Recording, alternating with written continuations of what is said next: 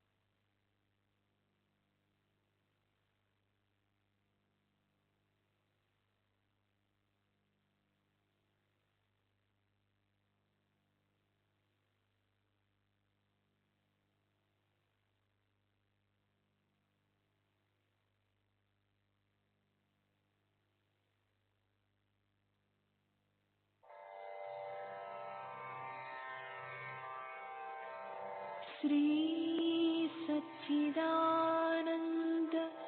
सद्गुरु साईनाथ महाराज की जय। सद्गुरु श्री साईनाथुनि शरद बाबूजी की जय।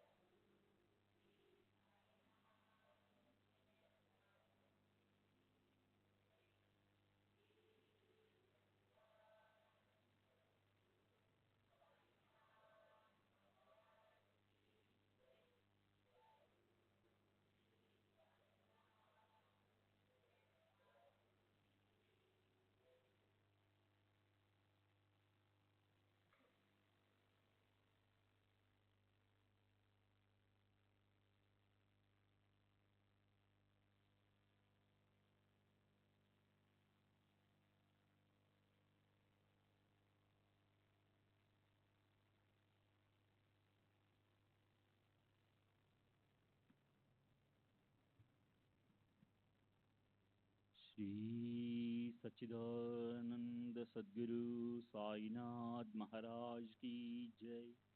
सद्गुरु श्री साईनाथ शरद बाबू जी की जय। శ్రీ సాయి భక్త అనుభవ సంహిత కుశ అభావ్ నిన్నటి తరువాయి. నేను ఒకసారి షిరిడి వెళ్ళి బాబాను దర్శించినప్పుడు నన్ను చూడడానికి ఎందుకు ఇంత దూరం శ్రమపడి వస్తావు, నేను అక్కడే ఉన్నాను అన్నారు. అంతేగాక మా గ్రామంలో వారుండే ప్రదేశాన్ని వర్ణించి చెప్పారు. నేను తరువాత ఆ ప్రదేశానికి వెళ్ళి ముళ్ళ పొదలు మొదలైనవన్నీ తొలగించి శుభ్రపరిచాను. అక్కడ నాకు ఒక సమాధి కనిపించింది. నేను ఆ స్థలాన్ని కొని సమాధిని పూజించసాగాను. అక్కడ నాకు బాబా దర్శనం లభించేది. అప్పటి నుండి శ్రీరామనవమి ఉత్సవాలకు తప్ప నేను షిరిడి వెళ్ళేవాడిని కాదు. మరో విషయం ఏమంటే, చేతుల్లోనికి ఊది సృష్టించే శక్తిని నేను ఇతరులకు ఇవ్వవచ్చును, కానీ ఆ శక్తిని స్వీకరించే వ్యక్తి 6 నెలల పాటు అత్యంత నియమ నిష్టలు పాటించి ఇంద్రియ నిగ్రహంతో కఠోర బ్రహ్మచర్య దీక్ష అవలంబించాలి. 30/8/1936 తేదీన చెప్పిన విషయాలు. మీరజ్ గాంలో ఫకీర్ షా అను సాధువు సుప్రసిద్ధులు. వారు 200 సంవత్సరాలకు పూర్వం జీవించి ఉండేవారు. వారి సమాధి ఉండే స్థలం అప్పటి జాగీర్దారు వారికి ఏనాముగా ఇచ్చారు. కానీ ఆ స్థలం ఇప్పుడు నా సొంతం. వీరికి శిష్యులు కానీ వారసులు కానీ లేరు. వారి దర్శనం ఇప్పటికీ మనం చేసుకోవచ్చు. చాతుర్మాసాలలో వారి దర్శనం లభించదు కానీ వారి మాటలు వినపడతాయి. వారు చాలా తక్కువగా మాట్లాడతారు. అప్పుడప్పుడు సాయిబాబాను గురించి మాట్లాడేవారు. వారి మాటల ద్వారా భక్తి జ్ఞాన మార్గాలలో ప్రగతిని సాధించేదంటూ ఏమీ ఉండదు. భక్తులలో నమ్మకం కలిగించేందుకు మాత్రమే వారు దర్శనమిచ్చేవారు. వారు శ్రీ సాయిబాబా జీవించే ఉన్నారని చెప్పేవారు. కానీ వారు ఏ రూపంలో ఉన్నది మాత్రం తెలియజెప్పేవారు కాదు. తాము సాయిబాబా ఒకే కూటమికి చెందిన వారమని, వారితో సన్నిహిత బంధమున్నదని చెప్పేవారు. అంటే ఆ రోజు రాత్రి 10 గంటల సమయంలో కుశాబావు నారాయణరావు కిడే గదిలోనికి ప్రవేశించి తన చేతుల్లోనికి ఊదిని సృష్టించి కొంత నారాయణరావు నొసటిపై రాసి మిగిలిన దానిని అందరికీ పంచిపెట్టారు. తరువాత ఊదిని సృష్టించే శక్తిని గురించి మరికొన్ని విషయాలు క్రింది విధంగా చెప్పారు బివిఎన్ స్వామి. నేను చేతుల్లోనికి ఊది సృష్టించడం అనేది ఎలాంటి మంత్రాలు ఉచ్చరించడం వల్ల జరిగేది కాదు. కేవలం బాబాను స్మరించడం వల్లే సాధ్యమైంది. కానీ చేతుల్లోనికి పేడాలు మిఠాయిలు తెప్పించడం మంత్ర ప్రయోగం వల్ల జరిగేది. నా చేతుల్లో ప్రత్యక్షమైన పేడా కానీ మిఠాయి కానీ మరో చోటు నుండి తెప్పించబడేది. అంటే పేడాలు ఒక చోటు నుండి మరో చోటుకు బదిలీ చేయడం అన్నమాట. అందుకే దీనిని బాబా నిషేధించారు.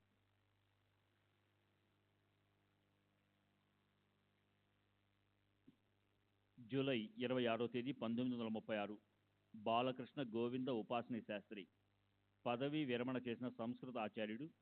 వయసు సుమారు 69 సంవత్సరంలో. బ్రాహ్మణుడు. తండ్రి గోవింద గోపాల ఉపాసనీ శాస్త్రి. శనివారపేట, పూనా. పూనాలో ప్లేగు వ్యాధి ప్రబలి ఉన్నప్పుడు మా కళాశాల కొన్ని నెలలు మూసివేశారు. అప్పుడు నేను నా భార్యను అమ్మను తీసుకుని తీర్థయాత్రలకు బయలుదేరాను. హరిద్వార్, ఋషికేశ్ చూసుకుని తపోవన్కు వెళ్ళాము. అక్కడ ఒక సాధువు నా వైపే ప్రకాశవంతమైన కళ్ళతో తదేకంగా చూస్తుండడం గమనించాను. అతనికి నమస్కరించాను. అతడు ఇంకా నన్ను పరికించి చూస్తూ, నీవు సతానాకు చెందినవాడివి కదా అని అడిగారు. మా పూర్వీకుల స్థలం సతానా కాబట్టి అవునని జవాబు చెప్పి తామెవరో చెప్పమని అభ్యర్థించాను. రేపు ఇదే సమయానికి అంటే మధ్యాహ్నానికి ఇక్కడికి రా, నేను చెబుతాను అన్నారు. నేను బసకు వెళ్ళి ఈ విషయాన్ని మా అమ్మకు చెప్పాను. ఆమె కాసేపు ఆలోచించి, వారు మల్హరేకు అంటే మయూరపురకు చెందిన తమ వంశగురువు ఉద్ధవ్ మహారాజ్ అయి ఉంటారని భావించింది. ఆమె కూడా వారిని దర్శించాలన్న కోరికతో నాతో పాటు నిర్ణీత సమయానికి సాధువును కలవాల్సిన ప్రదేశానికి వచ్చింది. 15 నిమిషాలు అక్కడంతా వెతికిన తరువాత సంచారి అయిన ఒక సాధువు కోసం వెతకడం వృధా ప్రయాస అని తలచి మా అమ్మ వెళ్ళిపోయింది. మా అమ్మ వెళ్ళిన మరుక్షణమే ఆ సాధువు నా ముందు ప్రత్యక్షమయ్యాడు. అతను గంభీరంగా, ఎప్పుడూ ఈ విధంగా నడుచుకోవద్దు అన్నారు. ఏ విధంగా నడుచుకోకూడదు అని అడిగాను. అతను ఎవరిని రమ్మని ఆదేశిస్తారో వారు మాత్రమే రావాలి. భౌతికంగానే కాక ఇతర విషయాలలో కూడా ఒక వ్యక్తికి మరో వ్యక్తికి ఎంతో తేడా ఉంటుంది. ఏ ఇద్దరూ ఒకటిగా ఉండరు. అందువల్ల పిలిచిన వారు మాత్రమే రావాలి అన్నారు. ఇక మీదట అదే విధంగా నడుచుకుంటానని వారికి మాట ఇచ్చి తామెవరో చెప్పమని అభ్యర్థించాను.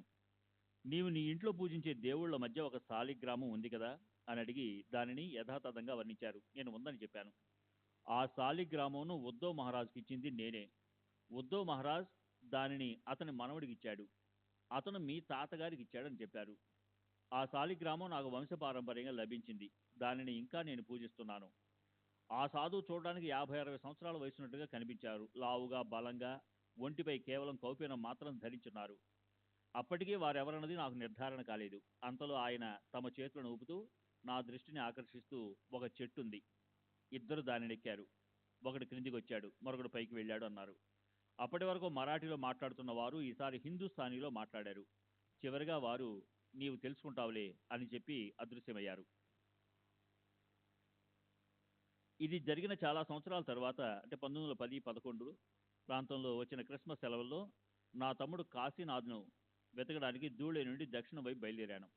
కాశీనాథ్ ప్రాణాయామం అభ్యసిస్తూ శ్వాసకు సంబంధించిన ఒక వింత జబ్బుకు గురయ్యాడు. అతను ఆ పడుకుంటే ఊపిరి ఆగిపోయేది. అందువల్ల పడుకోలేడు. తత్ఫలితంగా నిద్ర కరువైంది. జీర్ణశక్తి కూడా లోపించింది. దాంతో అతను ఇల్లు విడిచి వెళ్ళిపోయాడు. మాకు అతని జాడ తెలియలేదు. నేను రైల్లో మన్మాడ్ నుండి దక్షిణం వైపు వెళుతున్నాను. ఆ రైలు కోపర్గాంలో కొద్ది నిమిషాలు ఆగినప్పుడు కోపర్గాం మామలద్దార్గా పనిచేస్తున్న నా స్నేహితుడు భట్ ప్లాట్ఫారంపై నన్ను కలిశాడు. తనతో ఒకరోజు ఆనందంగా గడపమని అక్కడ దించేశాడు. అక్కడికి 6 మైళ్ళ దూరంలో ఉన్న షిరిడీలో సాయిబాబా అనే గొప్ప సాధువు ఉన్నారని, వారిని తప్పక దర్శించమని చెప్పి తన టాంగాలో షిరిడీకి పంపాడు. श्री सच्चिदानंद सद्गुरु साईनाथ महाराज की जय। सद्गुरु श्री साईनाथ धुनि शरद बाबू जी की जय।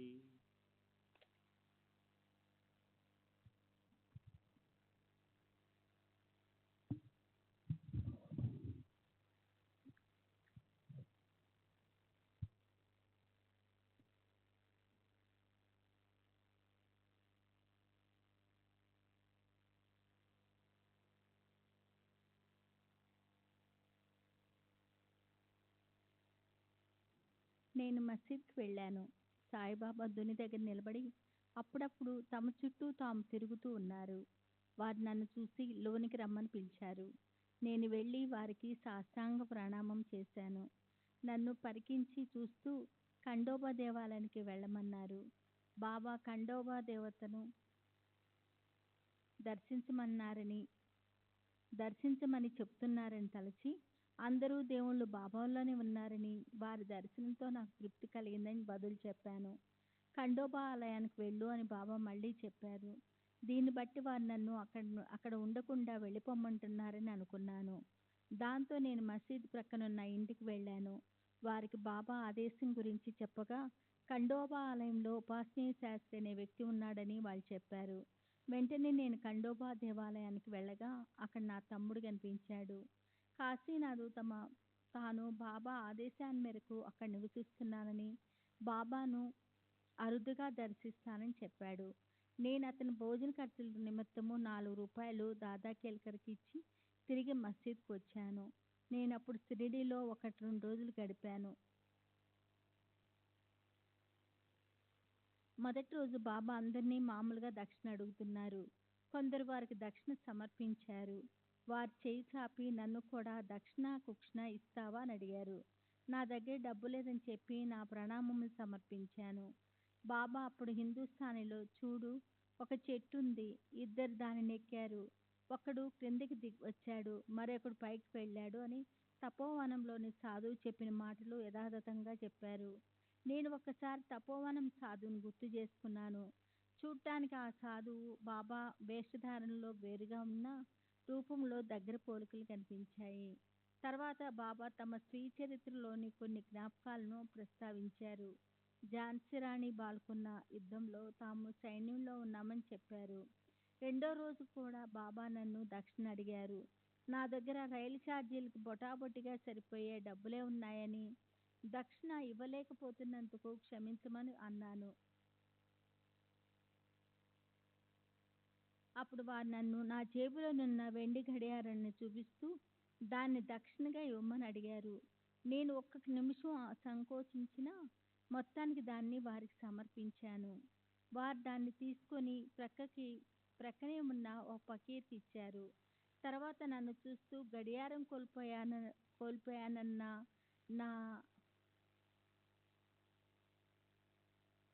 నా బాధను తీరుస్తూ, దీనివల్ల నీవు పోగొట్టుకుందేమీ ఉండదులే అన్నారు. నేను వారికి ఇచ్చింది బహు స్వల్పం అని చెప్పి నేను ఇంటికి బయలుదేరాను. కోపురగాం మీదుగా పూనా చేరాను.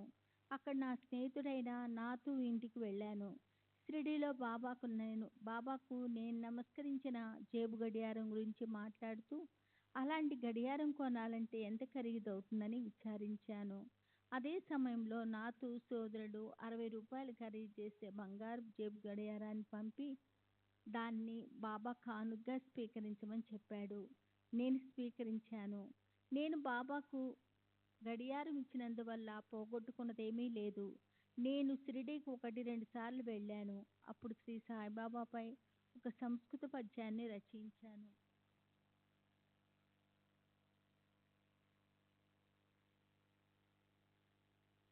జూలై 27వ తేదీ 1936.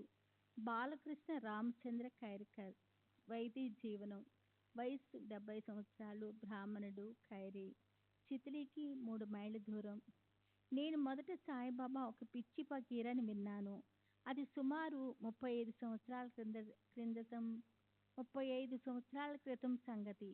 కానీ తర్వాత అందరూ సాయిబాబాను గురించి గొప్పగా చెప్తుండటంతో ఎలాగో షిరిడీలో నాకు తెలిసిన కొంతమంది బ్రాహ్మణులు అంటే అప్పా కులకర్ణి ఉన్నారు కనుక నేను కనుక నేను బాబాను దర్శించేందుకు వెళ్ళాను. నేను అప్పట్లో ఒక గ్రామాధికారిని. అది నాకు వంశపారంపర్యంగా సంక్రమించింది. 1916లో ప్రభుత్వ వంశపారంపర్య గ్రామాధికారుల వ్యవస్థను రద్దు చేసింది. మొదట్లో ప్రజలు చితలి, జల్గాం, రాంపూర్, నాథ్భట్ల వాడి, పింపులవాడి మీదుగా షిరిడీ చేరేవారు. చాలా కాలం నిరుపయోగంగా ఉండిన ఆ రోడ్డు ఇప్పుడు లేదు.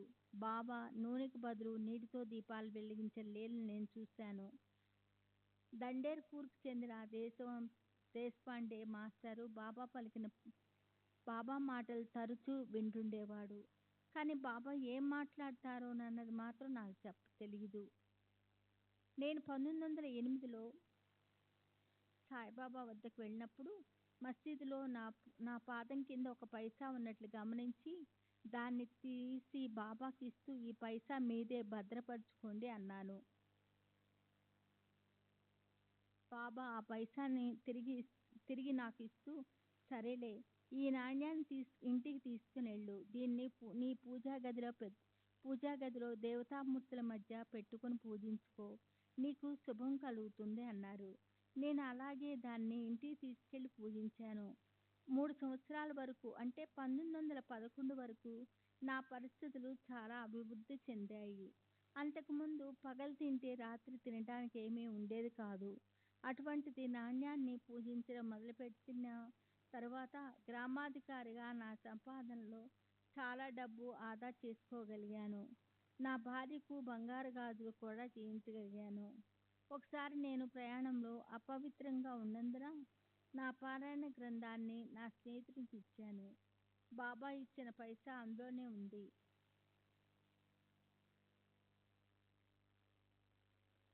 కొన్ని రోజుల తర్వాత ఆ పైసా పోయినట్లు కనుగొన్నాను. ఇది 1911లో జరిగింది. అప్పటి నుండి నా కష్టాలు మొదలయ్యాయి. పైసా పోయిన 6 నెలలకు నా భార్య మరణించింది. 1916లో నా గ్రామాధికారి పదవి పోయింది.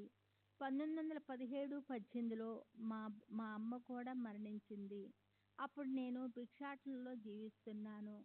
నేను ప్రతి శ్రీరామనవమికి షిరిడీ వెళ్తుంటాను. ఆగస్టు 27వ తేదీ 1936 బదావే. ఆనంద్ రామచంద్ర బదావే, ఎస్టేట్ బ్రోకరు, వయసు 64 సంవత్సరాలు, బ్రాహ్మణుడు, నివాసే. ప్రస్తుత నివాసం మోతీ చౌక్, రవివార్పేట, పూనా. 30 సంవత్సరాల క్రితం మా మామగారైన వబాలే అహ్మద్ నగర్లో ఫకీరుగా నివసిస్తూ ఉండేవారు. వీరు గొప్ప సాయి భక్తులు. మా మామగారు నానాసాహెబ్ చందోర్కర్ స్నేహితులు. నేనప్పుడు నేవాసలో ఉన్న మోహినీరాజు ఆలయ పూజారిగా పనిచేస్తున్నాను. నాకు ఒక కుమారుడున్నాడు. వాడికి ముందు వెనుక చాలా మంది పిల్లలు పుట్టారు. కానీ పుట్టిన కొంతకాలానికి మరణించారు. మా మామగారి ప్రోత్సాహంతో నేను, నా భార్య, బిడ్డను తీసుకొని షిరిడీ వెళ్ళాము. మేము బాబాకు మా కష్టాలేమీ చెప్పుకోలేదు. నా భార్య మాత్రం మనసులో తనకు పుట్టబోయే పిల్లలు దీర్ఘాయువు కలిగి ఆరోగ్యంగా ఉండేటట్లు దీవించమని కోరుకుంది. బాబా ఆమె తలపై తమ హస్తాన్నుంచి ఏమీ చింతపడవద్దు అని ఆశీర్వదించారు. ఆ తర్వాత మాకు 3 కుమారులు, 1 కుమార్తె పుట్టారు. ఒక కుమారుడు మాత్రం 17 సంవత్సరాల వయసులో చనిపోయాడు. మిగిలిన వారందరూ క్షేమంగా, ఆరోగ్యంగా ఉన్నారు. బాబాను దర్శించినప్పుడు వారు నన్ను దక్షిణ అడిగారు. నేను ఇచ్చాను. కానీ మళ్ళీ అడిగి నా దగ్గరున్న డబ్బంతా తీసుకున్నారు. నేను వారికి మరో రూపాయి సమర్పిద్దామనుకున్నాను. కానీ ఇవ్వలేకపోయాను. మేము తిరిగి వచ్చిన తర్వాత నా భార్యకు ఈ విషయం చెప్పాను. కొన్ని సంవత్సరాల తర్వాత ఆర్థిక ఇబ్బందులు నన్ను చుట్టుముట్టాయి. వృత్తిరీత్యా నేను కాళ్ళరిగేలా తిరిగినా ప్రయోజనం లేక కొద్దిపాటి డబ్బే లభించేది. ఆ సమయంలో నా భార్య నేను బాబాకు సమర్పించదలిచి ఇవ్వలేకపోయిన రూపాయి విషయం గుర్తు చేసింది. నేను వెంటనే బాబాకు మనీ ఆర్డర్ ద్వారా రూపాయి పంపాను. అప్పటి నుండి నా ఆర్థిక పరిస్థితి మెరుగుపడసాగింది. ఎలాంటి ఆర్థిక ఇబ్బందులు, కష్టాలు లేకుండా నిశ్చింతగా గడపసాగాను. ఇది జరిగి 20 సంవత్సరాలైంది. అప్పటికి బాబా సజీవులై ఉన్నారు. 1914లో నేను పూనా వచ్చాను. ఇక్కడ ఎస్టేట్ బ్రోకర్గా వ్యాపారం చేస్తున్నాను. నా కుమారులు కూడా చక్కగా వ్యాపారం చేసుకుంటున్నారు.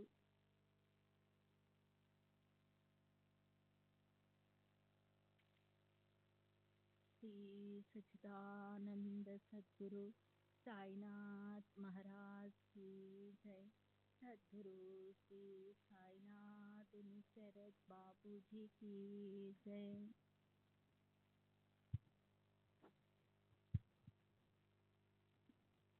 श्री सच्चिदानंद सद्गुरु साईनाथ महाराज की जय. सद्गुरु श्री साईनाथ निसरद बाबूजी की जय. సెప్టెంబర్ 1వ తేదీ 1936. శ్రీధర్ నారాయణ్ కార్కర్, అకౌంటెంట్, సచినాలయము. వయస్సు 57 సంవత్సరాలు. కాయస్థ ప్రభు, నెంబర్ 37, చార్జీ రోడ్, దానా. దైవభక్తి పరాయణుడైన మా తాతగారు నాకు చిన్నప్పటి నుండి భక్తిపూర్వకమైన విషయాలు, సనాతన ధర్మాలు బోధించేవారు. ఆ ప్రభావంతో నాకు ఆధ్యాత్మికతపై ఆసక్తి కలిగి సద్గ్రంథాలు చదువుతుండేవాడిని. ఒకసారి సాయి భక్తుడైన డిప్యూటీ కలెక్టరు శ్రీ అప్పా కులకర్ణి నాకు సాయిబాబా ఫోటో చూపించి వారి గురించి చెప్పారు. అలా నాకు మొదటిసారిగా శ్రీ సాయిబాబా గురించి తెలిసింది. ఒకరోజు నేను అనారోగ్యంతో ఉన్నప్పుడు దాబోల్కర్ సాయిలీలా మాసిక్ పత్రికలను, బాబా ఫోటోను, ఊదీని పంపాడు. ఆ మరుసటి రోజు నుండి నా ఆరోగ్యం బాగయింది. అప్పటి నుండి నేను వారిని పూజించడం మొదలుపెట్టాను. క్రమేణా వారిపై భక్తి విశ్వాసాలు పెరగసాగాయి. నాకు వచ్చిన ఒక కళ వలన బాబాపై నమ్మకం ఏర్పడింది. దాబోల్కర్ పంపిన సాయిబాబా ఫోటోను పూజాగదిలో పెట్టడానికి తీసుకువెళ్ళాను. నేను ముందు నుండి పూజిస్తున్న అక్కల్కోట మహారాజు ఫోటో ప్రక్కన బాబా ఫోటోను పెట్టడానికి ఉపక్రమిస్తున్నప్పుడు ముస్లిం ఫకీరైన సాయిబాబాను పవిత్ర హిందూ సాధువైన అక్కల్కోట మహారాజు ప్రక్కన పెట్టడం భావ్యం కాదని మనసుకు తోచి దానిని కాస్త దూరంగా పెట్టాను. ఆ రోజు రాత్రి నాకు ఒక కల వచ్చింది. కలలోని విషయాలు ప్రొద్దున మరచిపోయాను, కానీ నేను పూజ మొదలు పెట్టినప్పుడు ఆ విషయాలన్నీ ఒక్కసారిగా గుర్తుకు వచ్చాయి. కలలో నేను మరో వ్యక్తి వరండాలో కూర్చొని ఉన్నాము. ఒక ఫకీరు సాయిబాబా వాళ్ళ దుస్తులు ధరించి మా వైపు వస్తున్నారు. వారిని ఆహ్వానించేందుకు నేను లేచి నిలబడ్డాను. నాలో భేదభావం చూపిందో ఏమో, దానిని గమనించి నా ప్రక్కనున్న వ్యక్తి, వీరు సాయిబాబా, వీరికి అక్కల్కోట మహారాజుకి తేడా లేదు, ఇద్దరిని ఒకేలా పూజించుకో అన్నాడు. ఈ విషయం గుర్తుకొచ్చిన వెంటనే సాయిబాబా ఫోటోను అక్కల్కోట మహారాజ్ ఫోటో ప్రక్కనే పెట్టి పూజించసాగాను. అనతి కాలంలోనే బాబా దయ వలన నాకు, నా కుటుంబ సభ్యులకు బాబాపై భక్తి విశ్వాసాలు ఎన్నో రెట్లు వృద్ధి చెందాయి. నేను బాబాను గురించి లభ్యమైన పుస్తకాలన్నింటినీ చదివాను. నా భార్య, పిల్లలు కూడా బాబా నిత్య పూజ ఆరంభించారు. నేను ఇంట్లో లేని సమయాలలో బాబా నిత్య పూజకు ఆటంకం కలగకుండా కుటుంబ సభ్యులలో ఎవరో ఒకరు శ్రద్ధగా పూజ నిర్వహించేవారు. చాలా సంవత్సరాల నుండి మా అమ్మ నా దగ్గర లేకుండా మరో చోట ఉండేది. బాబా అనుగ్రహం వల్ల ఆమె మనసు మారి నా దగ్గరకు వచ్చి నివసించసాగింది. మొదట్లో ముస్లిం ఫకీరైన సాయిబాబాను కొలవడం కానీ, షిరిడీ వెళ్ళి వారిని దర్శించడం కానీ ఆమెకు నచ్చేది కాదు. అందువల్ల ఆమెను వదిలి మేము మాత్రం షిరిడీ వెళ్ళేవాళ్ళం. కానీ బాబా ఆమెలో క్రమేణా పరివర్తన తెచ్చారు. 2-3 సంవత్సరాల తరువాత 1933లో మా అమ్మ షిరిడీ సాయి మందిరాన్ని దర్శించాలి అన్న తన కోరికను నా భార్య, కుమార్తె వద్ద వెలిబుచ్చి షిరిడీకి తీసుకువెళ్ళమని అడిగింది. ఆమెలో వచ్చిన మార్పును చూసి ఎంతో ఆనందించి ఆమెను షిరిడీకి తీసుకువెళ్ళాము. ఆమె షిరిడీలోని ప్రదేశాలు చూసి ఎంతో సంతోషించింది. సనాతన ఆచారాలను ఖచ్చితంగా పాటించే ఆమె బాబాను పూజించేందుకు తన ఛాందస భావాలను వదులుకుంది. ఆమె షిరిడీ నుండి తిరిగి వచ్చిన కొంతకాలానికే దానాలో ఉన్న మా ఇంట్లో అంతిమ శ్వాస విడిచింది. సాయిబాబా ఎంతో దయతో ఆమెలో మార్పు తెచ్చి చనిపోయే ముందు ఆమెకు తమ సమాధి దర్శనం చేయించారు. బాబా నాపైన, నా కుటుంబం పైన చూపిన కరుణకు ఎన్నో దృష్టాంతాలు ఉన్నాయి. కానీ అవన్నీ చెప్పనవసరం లేదు. బాబా సదా నా వెంటే ఉంటూ నా అవసరాలను గమనిస్తూ నన్ను ముందుకు నడిపిస్తున్నారు. బాబా మా కుటుంబ సభ్యులపై ఎంత దయ చూపించేవారో కేవలం 2 దృష్టాంతాల ద్వారా తెలియజేస్తాను. నా రెండవ కుమారుడు గోవిందు షిరిడీ వెళ్లి సమాధి మందిరాన్ని, ద్వారకామాయిని చూడాలని తప్పించిపోయేవాడు. మాతో సన్నిహితంగా ఉండే శ్రీ జీబీ దాతర్ కుటుంబం 1934 శ్రీరామనవమి ఉత్సవాలకు షిరిడీ వెళుతున్నప్పుడు వారితో గోవిందును పంపాము. గోవింద్ ద్వారకామాయికి వెళ్ళాడు. అక్కడ ఏ మూల నుంచున్నా మనలోకి చొచ్చుకుని పోయి చూస్తున్నట్లుగా ఉండే బాబా తైలవర్ణ చిత్రం వద్ద తను ఒక్కడే ఉన్నాడు. అతను అమితానందంతో ఆ చిత్రాన్ని చూస్తూ కళ్ళు మూసుకున్నాడు. అప్పుడు వచ్చావా ఆలాస్కాయ్ అనే ఆప్యాయమైన పలకరింపు ఒకటి వినిపించింది. కనులు తెరిచి చూశాడు. అక్కడ ఎవ్వరూ లేరు. తను ఒంటరిగా ఉన్నాడు. దయామయుడైన బాబానే తనను ప్రేమగా పలకరించినట్లు గ్రహించాడు. 8 సంవత్సరాల క్రితం నా కుమార్తె గర్భవతిగా ఉన్నప్పుడు ప్రసవానికి ఆమెను దానా నుండి 3 మైళ్ళ దూరంలోనున్న మా స్వగ్రామం కర్రుకు తీసుకెళ్లాము. అక్కడ ఎలాంటి వైద్య సదుపాయాలు లేవు. ఆమెకు ప్రసవం కష్టమైంది. గర్భంలోని శిశువు చనిపోయి ఉంటుందని, అందుకే బిడ్డ బయటికి రావడం లేదని నా భార్య చెప్పింది. ఈ మాటలు విన్న తరువాత మాకు ఆందోళన ఎక్కువయింది. దానాలోనే ప్రసవం చేయించకుండా ఎలాంటి వైద్య సౌకర్యాలు లేని ఆ కుగ్రామానికి ఆమెను తీసుకువచ్చినందుకు మా బంధువులు అందరూ నన్ను తప్పుపట్టారు. అప్పుడు రాత్రి 2 గంటలై ఉంటుంది. నా కుమార్తె నొప్పులతో తీవ్రంగా బాధపడుతుంది. అందరూ ఏం చేయడానికి తోచక ఆందోళన పడుతున్నారు. అకస్మాత్తుగా నాకు బాబా ఊది మహిమ గుర్తుకు వచ్చింది. నా భార్య వెంటనే బాబా ఊది తీసుకెళ్లి కూతురి నొసటిపై రాసింది. ఊది రాసిన గంటలోగా సునాయాసంగా మృత శిశువు బయటపడింది. మా కుమార్తెకు ప్రమాదం తప్పింది. మా చింతలన్నీ తొలగిపోయాయి. ఉదయం డాక్టర్ వచ్చి బిడ్డ ఎలా బయటకు వచ్చింది అని ఆశ్చర్యపోయాడు. బహుశా వైద్య శిక్షణ లేని మంత్రసాని మొరటుగా చేతులు చొప్పించి బిడ్డను బయటికి లాగి ఉంటాడని, అలా చేయడం వలన సెప్టిక్ అయి తల్లి ప్రాణానికి ప్రమాదం ఏర్పడుతుందని చెప్పాడు. అలాంటి ప్రయత్నాలు ఏమీ ఎవ్వరూ చేయలేదని, మానవ ప్రయత్నం లేకుండా కేవలం బాబా ఊది మహిమ వల్ల మృత శిశువు బయటపడిందని తెలుసుకుని ఆ డాక్టరు అబ్బురపడ్డాడు. నా కుమార్తె ప్రసవించడానికి వారం రోజుల ముందు నా కుమారునికి ఒక కల వచ్చింది. కలలో బాబా కనిపించి నానా నానా అనగా నన్ను ఉద్దేశించి, అతడు ఎక్కడ ఉన్నాడు, అతడు ఎందుకు భయపడుతున్నాడు, నా ఊది రాయమని చెప్పు అన్నారట. ఈ విషయం నా కుమారుడు నాకు చెప్పాడు. కానీ నా కుమార్తె ప్రసవించలేక అవస్థపడుతున్నప్పుడు నాకు ఈ కల విషయం గుర్తుకు రాలేదు.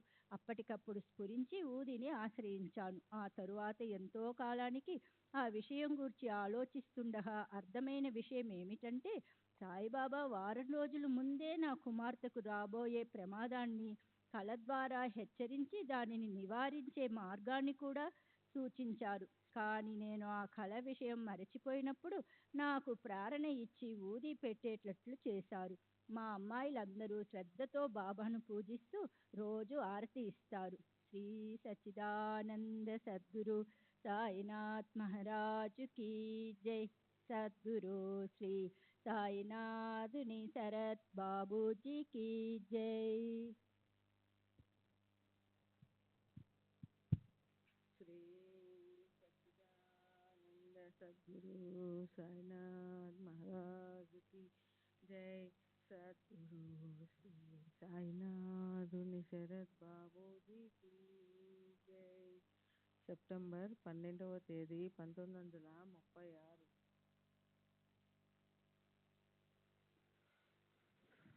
శ్యామారావు రావుజీ శ్రోత్రి, రికార్డ్ గుమస్తా, జిల్లా కోర్టు.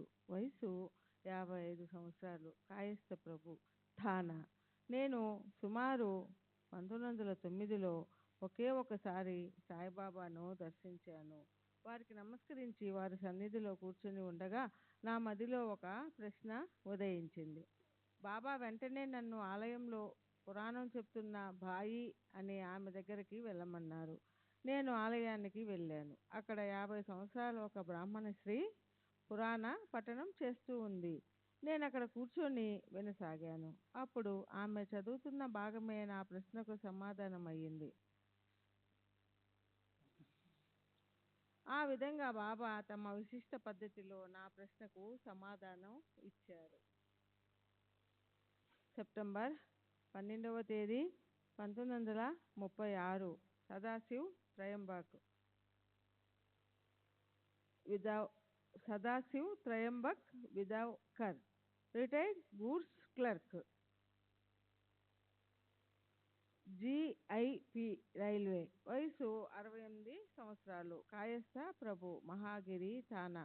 28 సంవత్సరాల క్రితం అంటే సుమారు 1909లో నేను దాదర్లో రైల్వే గుమస్తాగా పనిచేసేవాడిని. నా దూరపు బంధువైన తమానే సాయి భక్తుడు.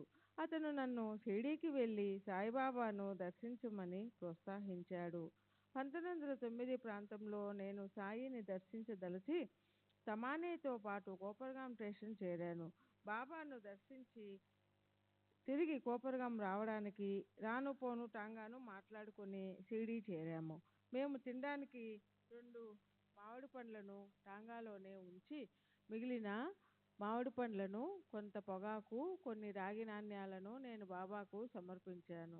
బాబా ఆ 2 మామిడి పండ్లు ఏవి, వాటిని ఎందుకు అక్కడే ఉంచారు, వాటిని తీసుకురండి అన్నారు. మేము వారి సర్వజ్ఞతకు ఆశ్చర్యపడి వాటిని కూడా తెచ్చి సమర్పించాము. అక్కడున్న భక్తులతో పండ్లన్నిటినీ కోసి ప్రసాదంగా పంచమని బాబా ఆదేశించారు. ఆ తర్వాత బాబా చిలుం పీల్చారు. అప్పుడు సమయం ఉదయం 11 గంటలయ్యింది. ప్రతిదినం నాకు ఉదయం 9 గంటలకే భోంచేసే అలవాటు ఉంది. ఆ రోజు భోంచేయనందువల్ల కడుపు నకనకలాడుతుంది. కానీ నా ఆకలి విషయం ఎవరికీ చెప్పలేక అలాగే కూర్చొని ఉన్నాను. అదే సమయంలో ఒక భక్తుడు ఒక పేడాల ప్యాకెట్ తెచ్చి బాబాకు కానుకగా వారి ముందుంచారు. సాధారణంగా బాబా ఏమీ తాకరు, కానీ ఆ రోజు ఆ ప్యాకెట్ ఇచ్చిన వెంటనే తీసుకొని విప్పారు. అందులో పెద్ద పెద్ద పేడాలున్నాయి. వారు ఒకదానిని నా ఒడిలోకి విసిరారు. నేను కొన్ని అడుగుల దూరంలో కూర్చొని ఉన్నాను. అది బాబా ప్రసాదమని, బాబా కానుకగా ఇంటికి తీసుకెళ్లేందుకు ఇచ్చారని, దానిని నేను అక్కడే తినకూడదని అనుకున్నాను. పేడాను నేను చేతిలో పట్టుకొని ఉండడం చూసి బాబా అది ఇచ్చింది దాచుకోవడానికి కాదు అన్నారు. నేను దానిని తిన్నాను. నా ఆకలి సగం తీరింది.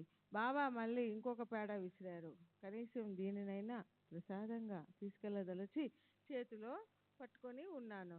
కానీ బాబా మళ్ళీ అది ఇచ్చింది దాచుకోవడానికి కాదు అని అన్నారు. నేను దానిని కూడా తిన్నాను. నా ఆకలి పూర్తిగా తీరిపోయింది.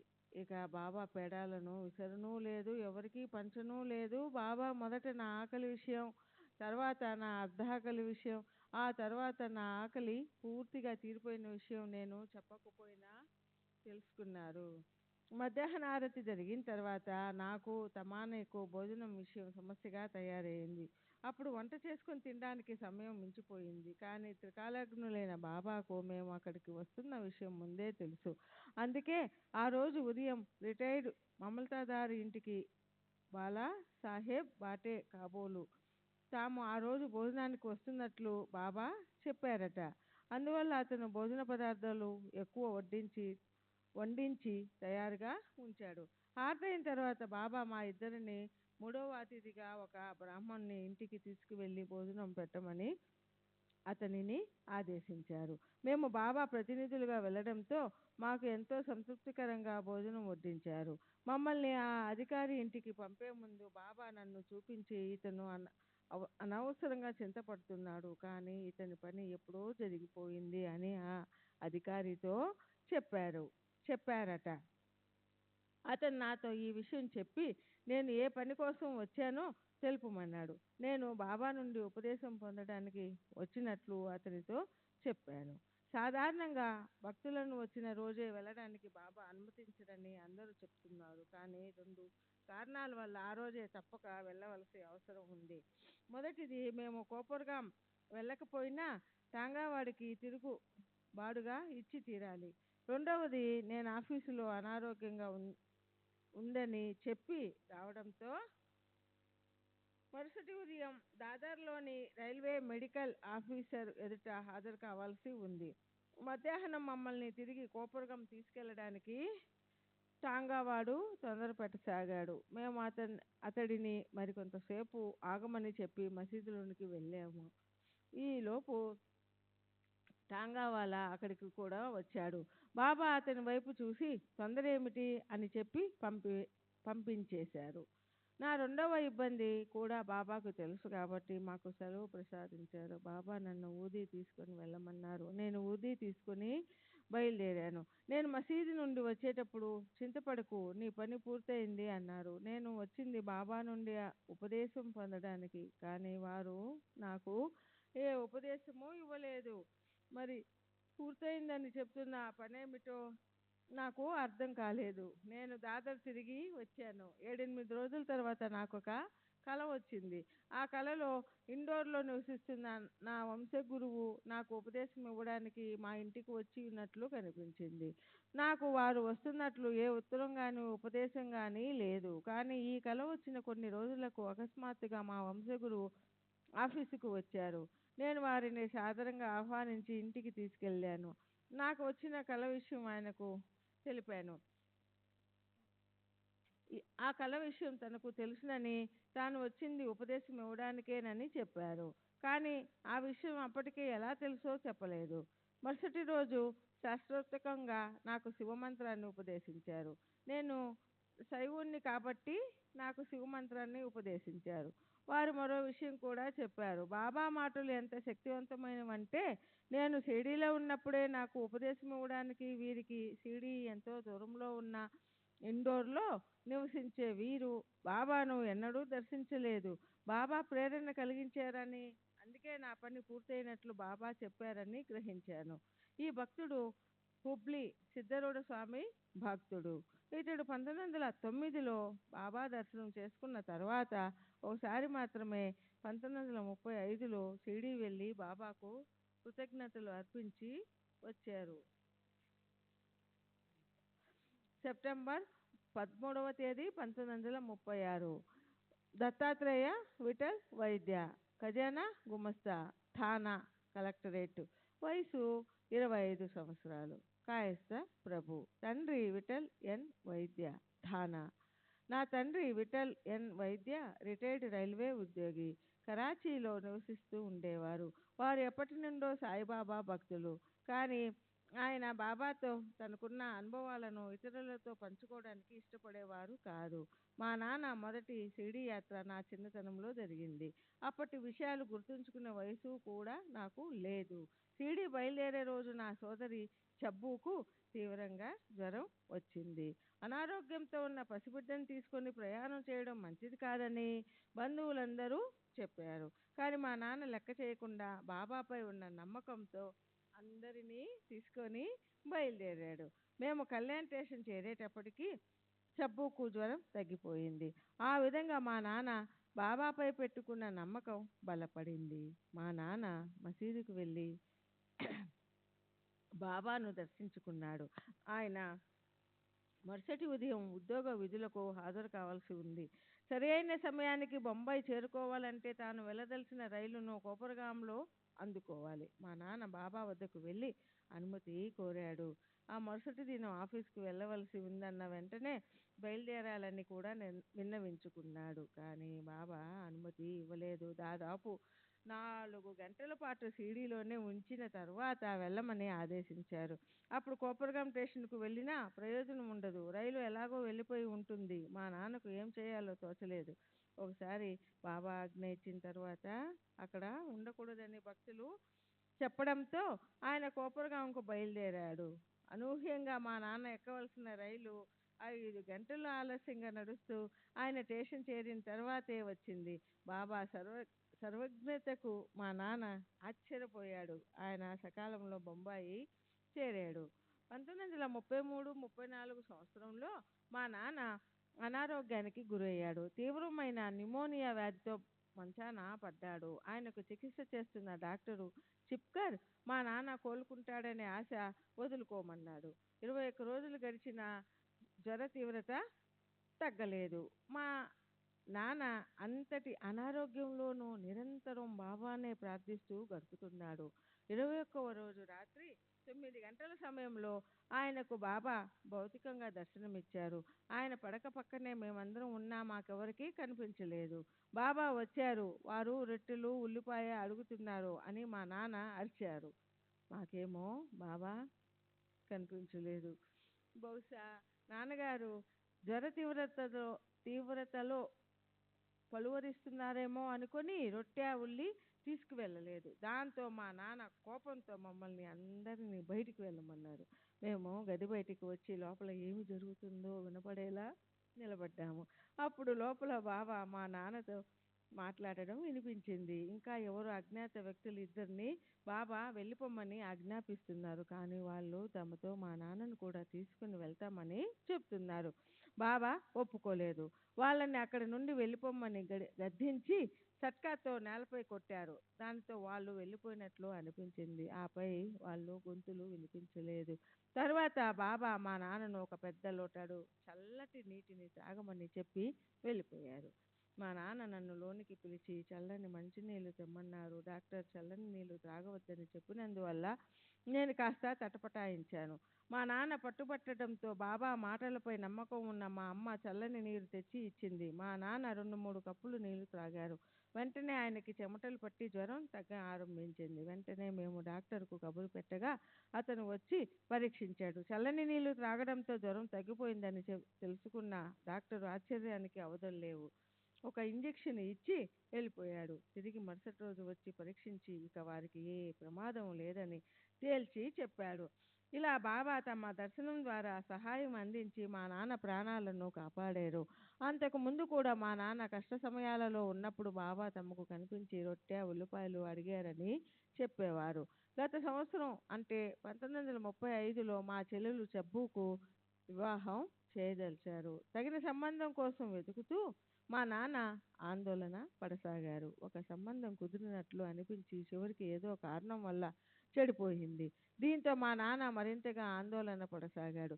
తన కుమార్తె వివాహం జరిపించమని బాబాను ఎప్పటిలాగే ఆర్తిగా ప్రార్థించాడు. ఒకరోజు మా నాన్నకు కలలో బాబా కనిపించి పండరిపురం వైపు నుండి తనకొక ఉత్తరం వస్తుందని, ఆ సంబంధం కుదురుతుందని, చింతపడవద్దని చెప్పారట. అలాగే బాబా చెప్పిన 15 రోజులకు డింగ్రే అనతడు పండరికి చెందిన దీక్షిత్ అను యువకుడితో చబ్బు వివాహ విషయంగా ఉత్తరం రాశాడు. త్వరలోనే ఆ సంబంధం కుదిరి వివాహం కూడా జరిగిపోయింది.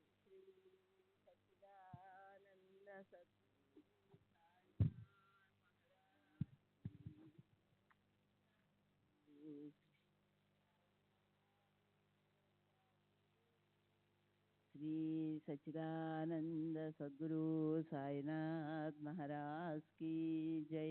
सद्गुरु श्री సాయినాథుని శరత్ బాబూజీ की जय. సెప్టెంబర్ 14వ తేదీ 1936 శంకర్ బల్వంత్ కోహిజ్కర్ బిఏ గుమస్తా, బొంబాయి కలెక్టర్ కార్యాలయం, వయసు 41 సంవత్సరములు, కాయస్థ ప్రభువు, థానా. కీర్తిశేషులైన మా నాన్నగారు బల్వంత్ సి కోహోజ్కర్ మమల్తాదార్గా రిటైర్ అయినారు. మా నాన్న 1911లో షిరిడీ వెళ్ళి బాబాను దర్శించారు. బాబా ఆయనను పితృవాత్సల్యంతో ఆదరించారు. బాబా ప్రేమగా మా నాన్న వీపు తట్టి మఠంలో షిరిడీలో ఉంటావా అని అడిగారు. మా నాన్న షిరిడీలో సుమారు వారం రోజులు గడిపారు. సెలవు తీసుకునేందుకు అనుమతి కోసం బాబా దగ్గరకు వెళ్ళినప్పుడు నీవు ఎక్కడికైనా వెళ్ళు, నేను నీ వెంటే ఉంటాను అని అన్నారు. అప్పటి నుండి మా నాన్నకు ఏ ఆపద వచ్చినా బాబా కాపాడేవారు. కొన్ని నెలల క్రితం ఆయన చనిపోయారు. అంతవరకు బాబా రక్షణలోనే ఉన్నారు. మా నాన్న ఒకసారి మాత్రం షిరిడీ వెళ్ళారు. 1911లో మా నాన్న షిరిడీలో ఉన్నప్పుడు దత్త జయంతి వచ్చింది. ఆ రోజు సాయంత్రం సుమారు 5 గంటల సమయమప్పుడు బాబా మసీదులో భక్తులతో కూర్చొని ఉన్నారు. ఉన్నట్టుండి బాబా, నాకు ప్రసవ నొప్పులు వస్తున్నాయి, బాధ భరించలేకుండా ఉన్నాను అని నేను ప్రసవించబోతున్నాను అన్నారు. బాబా దత్తాత్రేయుని తల్లి అనసూయ మాతతో తాదాత్మ్యం చెంది తదాత్మ్యం చెంది ప్రసవ వేదన అనుభవిస్తున్నట్లు స్పష్టమైంది.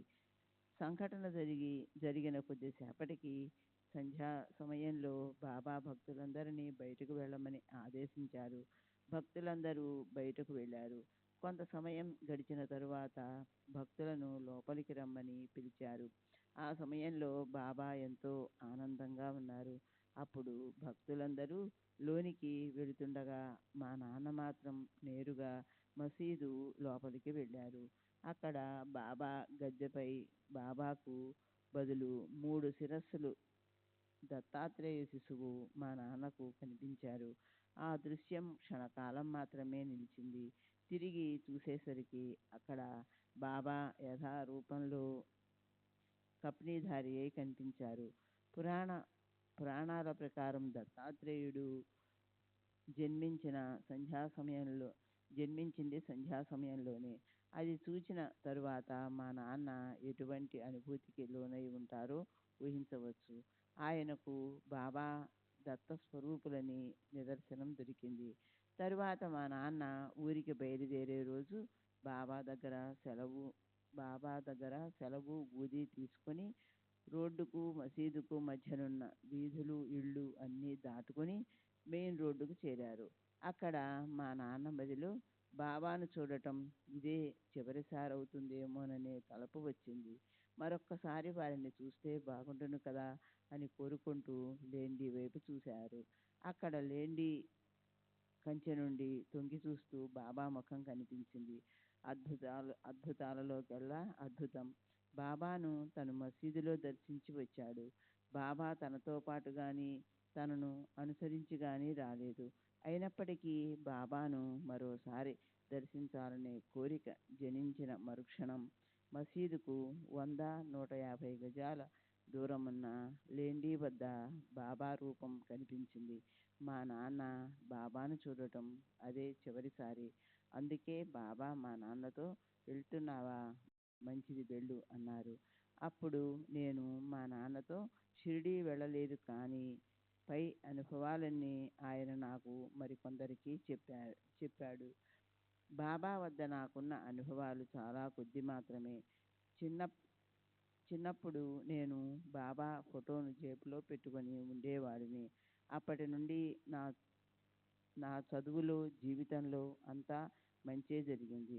తర్వాత ఆ ఫోటోను మా చెల్లెలికి ఇచ్చాను. నేను ఇప్పటికీ బాబాను పూజిస్తూనే ఉన్నాను. 1930లో ప్రాణాంతకమైన సంఘటన ఒకటి జరిగింది. నేను విరోచనాలతో బాధపడుతున్నప్పుడు నిద్రమత్తులో నీళ్లను కొని ఫినాయిల్ త్రాగేశాను. అది ప్రమాదానికి దారితీసింది. 4 రోజులు స్పృహ లేకుండా పడి ఉన్నాను.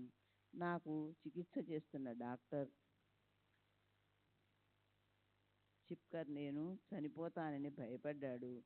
4 రోజుల తరువాత స్పృహ వస్తున్న సమయంలో నాకు ఒక దృశ్యం కనబడింది. పహిల్వానుగా కనిపించే ఒక ముస్లిం యువకుడు నేను పడుకొని ఉన్న గది గోడలను నేలను బెత్తంతో కొడుతూ కనిపించాడు. నా దైవం శ్రీ సాయిబాబానే వచ్చి నా ప్రాణాలను కాపాడారని నిర్ధారణ చేసుకున్నాను. 1934లో నేను షిరిడీ వెళ్ళి బాబా సమాధిని ద్వారకామాయిని దర్శించాలని బలమైన ప్రేరణ కలిగింది. షిరిడీ వెళ్ళి ద్వారకామాయిలో బాబా చిత్రపటాన్ని చూసిన వెంటనే నా శరీరమంతా విద్యుత్తు ప్రవహించినట్లుగా అనుభూతి కలిగింది. ఆ చిత్రపటాన్ని తదేకంగా చూడలేకపోయాను. భగవంతుడు ఇక్కడే ఉన్నాడు అన్న భావనతో నా మనసు నిండిపోయింది. సెప్టెంబర్ 15వ తేదీ 1936 రామచంద్ర రామకృష్ణ సామంత్, బిఏ భూస్వామి, వయసు 45 సంవత్సరములు, బ్రాహ్మణుడు, టాండ్ రోడ్, బాంద్రా. నా జీవితంలో 3 సార్లు మాత్రమే సాయిబాబాను దర్శించాను. మొదటిసారి 1912వ సంవత్సరం గురు పౌర్ణమికు మా మామగారైన అన్నా సాహెబ్ దాబోల్కర్తో పాటు నేను నా భార్య వెళ్ళాము. మా మామగారు తన కుమార్తెను అల్లుడిని షిరిడీ తీసుకువస్తానని మొక్కుకొన్నారట. మొక్కు తీర్చడానికి నన్ను రమ్మని చెప్తే వారి వెంట వెళ్ళాను. అంతేకాని నాకు అప్పుడు సాయిబాబాపై పెద్దగా నమ్మకం లేదు. మా తల్లిదండ్రుల వైపు నుండి సాయిబాబాతో అనుబంధం లేదు. కానీ మా కుటుంబంలో ఆధ్యాత్మిక పారమార్థిక సంపద మెండుగా ఉంది. మా ముత్తాత లక్ష్మణ్ అర్జున్ సామంత్ భగత్ విఠలుని పరమభక్తుడు. తరచూ పండరీ యాత్రలకు వెళ్ళేవాడు. ఆయన ప్రతి ఆషాఢ కార్తీక మాసాలలో పండరీ యాత్రకు తీసుకువెళ్ళిన బట్టలు, నడుముకు కట్టుకునే కాషాయి దట్టి, పూజా సామగ్రి మొదలైనవి వారసత్వ జ్ఞాపికలుగా భద్రపరచబడ్డాయి. నేను వారి కాషాయ దట్టిని పండరికి తీసుకువెళ్ళి చంద్రభాగా నదిలో ముంచి తెచ్చేవాడిని. మా తాతగారు విఠల భక్తుడే కాక శివదీక్షాపరుడు కూడా. నిత్యం మధ్యాహ్న సమయంలో ఏకాగ్రతతో శివమంత్రాన్ని జపించేవాడు. నేను వారి ముద్దుల మనవడనైనప్పటికీ వారు జపం చేస్తున్నప్పుడు వారి దగ్గరకు వెళ్ళే సాహసం లేదు. రాత్రిళ్ళు హరిపద చదివేవాడు. వేకువజామున భజన నిర్వహించేవాడు. ఆయన 59 సంవత్సరాలకే పరమపదించారు. ఆయన నిర్యాణం చెందే ముందు నా అంతిమ ఘడియలు సమీపిస్తున్నాయి. ధవళ వస్త్రధారి అయిన విఠలుడు నన్ను వైకుంఠానికి తీసుకువెళ్ళడానికి అక్కడ పెట్టెపై కూర్చొని వేచి ఉన్నారు. నాకు ఘడియ కాలం 24 నిమిషములు మాత్రమే మీకు వీడ్కోలు పలకడానికి సమయం ఇచ్చారు అని పలికి తన కొడుకులు, కుమార్తె మొదలైన వారిని ఒకరిని తరువాత ఒకరిని పిలిచారు. శోకిస్తున్న మా నాన్నగారిని దగ్గరకు పిలిచి విచారించవద్దని, ధైర్యంగా ఉండమని చెప్పారు. వారు తమ కుమార్తెలను దగ్గరికి పిలిచేటప్పుడు వారి అసలు పేర్లతో కాక గంగా, భగీరథి మొదలైన తీర్థాల పేర్లతో పిలిచి వీడ్కోలు పలికారు. నన్ను దగ్గరికి పిలిచి నేను వారిని తలచిన వెంటనే నాతోనే ఉండి నన్ను కాపాడుతూ ఉంటామని ఆశీర్వదించారు. వారు పలికిన మాటలు వారివి కావు. తుకారాం, రామదాసు మొదలైన సత్పురుషుల ప్రవచనాలను నాకు తగినట్లు అన్వయించారు. ఈ విధంగా అత్యంత భక్తిపూర్వక సంభాషణల తరువాత వారు ప్రశాంతంగా కన్నుమూశారు. వారు తప్పక వైకుంఠానికే వెళ్ళి ఉంటారు. ఈ సంఘటన 1899లో జరిగింది. శ్రీ సచిదానంద సద్గురు సాయినాథ్ మహారాజ్ కీ జై. సద్గురు శ్రీ సాయినాథుని శరత్ బాబూజీ కీ జై. మా నాన్న అంతటి ఆధ్యాత్మిక ప్రగతిని సాధించలేదు. వారు పండరీపురం దర్శించారు. కుటుంబ సాంప్రదాయాలకు అనుగుణంగా ఇంటిలోని ప్రతి ఒక్కరూ తమ జీవితకాలంలో ఒక్కసారైనా పండరీపురం దర్శించి తీరాలని చెప్పేవారు. వారు 1911లో మరణించారు. వారు చివరి శ్వాస విడిచేంత వరకు ఎరుకలోనే ఉన్నారు. దక్షిణం వైపు చూపిస్తూ నన్ను తీసుకెళ్లడానికి వారు వచ్చి ఉన్నారు అని చెప్పి అంతిమ శ్వాస విడిచారు. ఈ విధంగా నా చిన్నతనమంతా పవిత్ర పారమార్థిక భావాలతో నిండిపోయింది. కానీ నేను విద్యను అభ్యసించిన వాతావరణం యొక్క బలమైన ప్రభావం ఈ భక్తి భావాలన్నిటినీ తుడిచివేయటమే కాక వ్యతిరేక భావాలను జనింపచేసింది. 1911 జూనులో నా వివాహ సమయమప్పుడు వంశపారంపర్యంగా వచ్చిన కిడ్నీ వ్యాధితో బాధపడసాగాను. ఒంటిపూట భోజనం, రాత్రిళ్ళు ద్రవహారం తీసుకుంటూ వచ్చాను. అప్పుడే బాబా మహిమల గురించి వినడం వల్ల సాయిభక్తి బీజాలు మొలకెత్తసాగాయి. కానీ ఆధ్యాత్మికత పట్ల ఉన్న వ్యతిరేకత పోయి స్తబ్దత మాత్రం కొనసాగుతుంది. మా మామగారిని, ఇతరులను అనుసరిస్తూ నా పరిసరాలకు అనుగుణంగా నడుచుకుంటుండేవాడిని. ఇతరులు బాబాకు నమస్కరిస్తే నేను వారికి నమస్కరించేవాడిని. ఒకసారి మసీదులో ఉన్నప్పుడు మాధవరావు బాబాకు నమస్కరించమని నాతో చెప్పాడు. నేను నమస్కరించాను. నా అంతరంగం ఎరిగిన బాబా ఒత్తిడి చేస్తే తప్ప ఇతని గురుపాదాలకు నమస్కరించడు అని అన్నారు. ఆ సున్నితమైన ఒత్తిడి ద్వారానే బాబా నాలో క్రమంగా మార్పు తెచ్చారు. బాబా కృప వల్ల నాకు ఎంతో మేలు జరిగి బాబా పట్ల నమ్మకం పెరగసాగింది. నా వ్యాధి మూలంగా నేను అందరి వలె అన్ని వేళల్లో ఆహారం తీసుకోలేనందువల్ల శుష్కించిపోతున్నానని వ్యాధి నివారణ చేయమని బాబాను ఆర్థించగా నేను త్వరలోనే స్వస్థత పొందుతానని అల్లా అచ్చాకరేగా అన్నారు. నేను మితహారం తీసుకుంటూ ముందు జాగ్రత్త కొరకు అప్పుడప్పుడు మందులు తీసుకుంటూ క్రమం తప్పకుండా మూత్ర పరీక్షలు చేయిస్తూ వచ్చాను.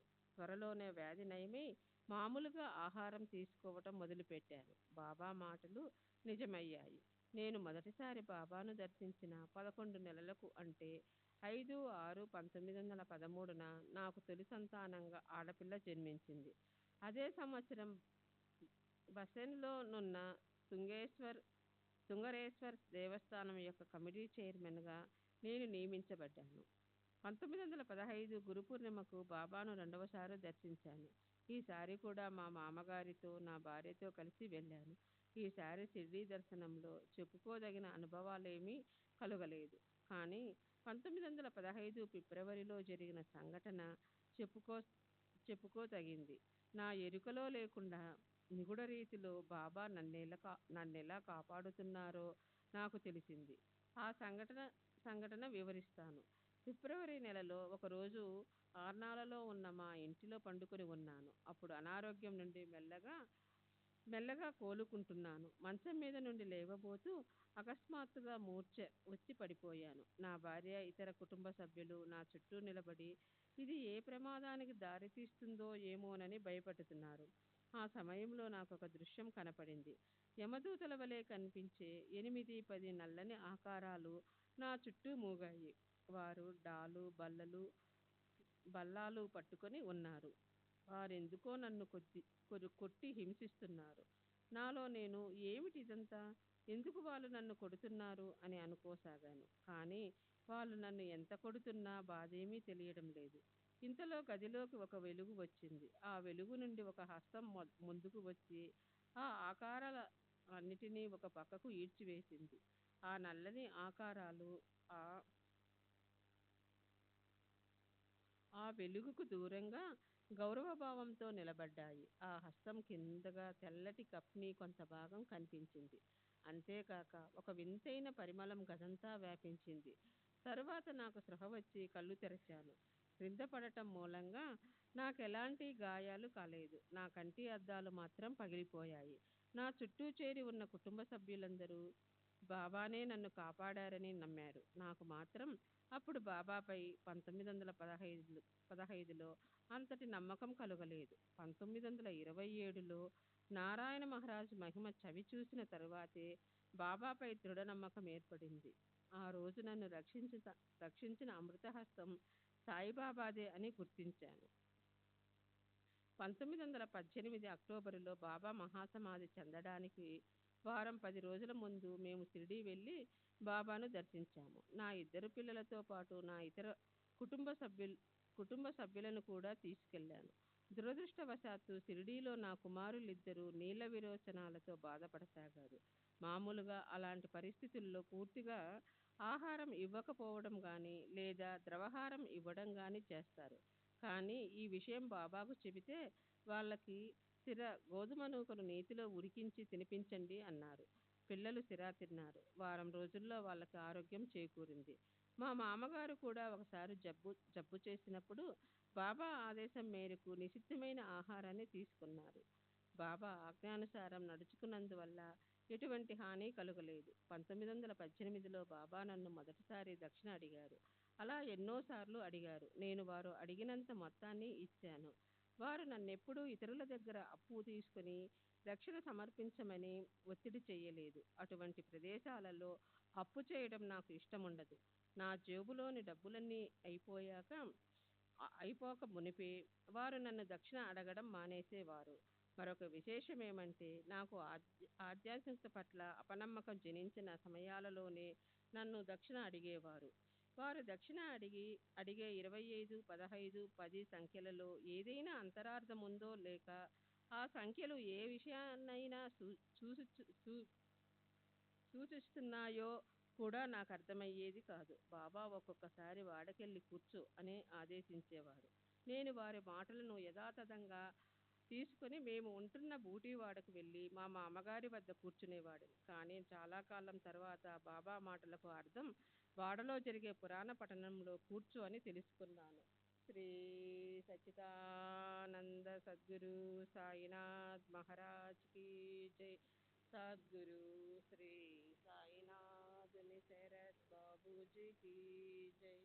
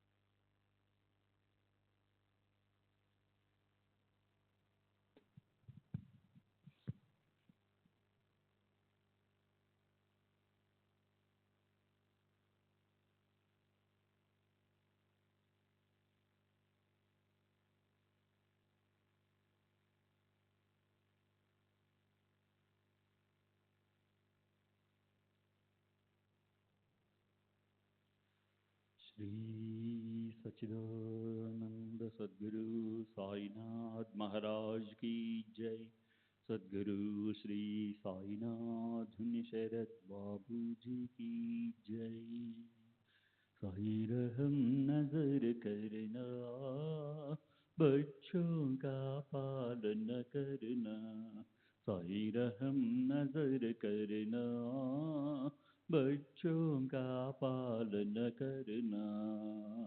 जाना तुमने जगत पसार, सब ही झूठ जमाना। जाना तुमने जगत पसार, सब ही झूठ जमाना। साई रहम नजर करना, बच्चों का पालन करना।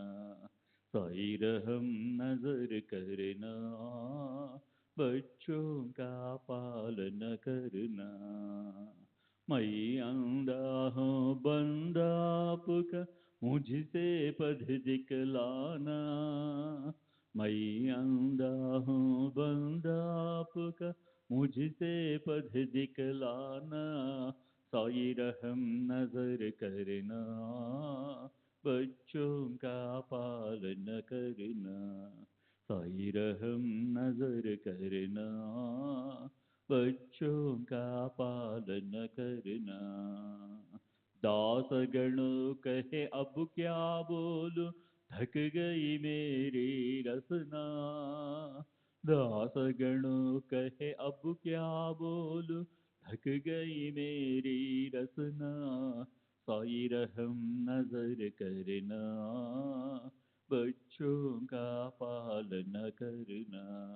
साई रहम नजर करना, बच्चों का पालन करना।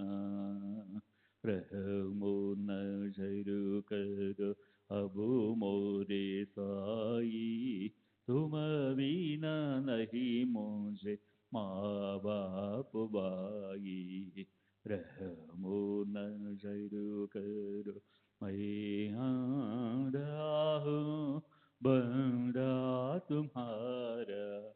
मैं आंधा हूँ बंदा तुम्हारा।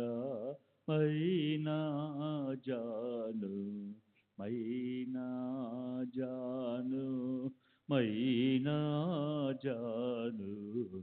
अल्लाह इलाही, रहमो नजर करो, रहमो नजर करो, अबू मोरे साई, तुम बिना नहीं मुझे माँ बाप बाई, रहमो नजर करो, काली जमाना मैंने गमाया, काली जमाना मैंने गमाया, साथी आखिर का, साथी आखिर का, साथी आखिर का, तुम बिना कोई, रहमो नजर करो, रहमो नजर करो, अबू मोरे साई,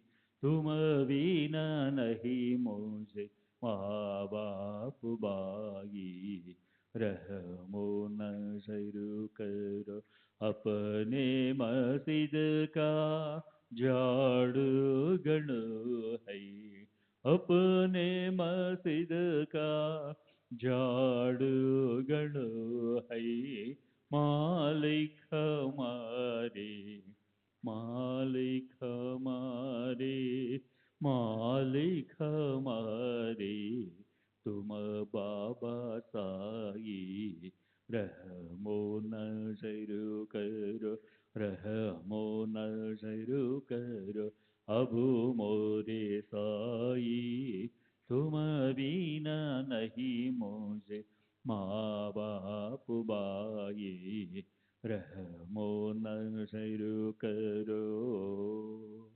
श्री सच्चिदानंद सद्गुरु साईनाथ महाराज की जय। सद्गुरु श्री साईनाथ शरद बाबू जी की जय।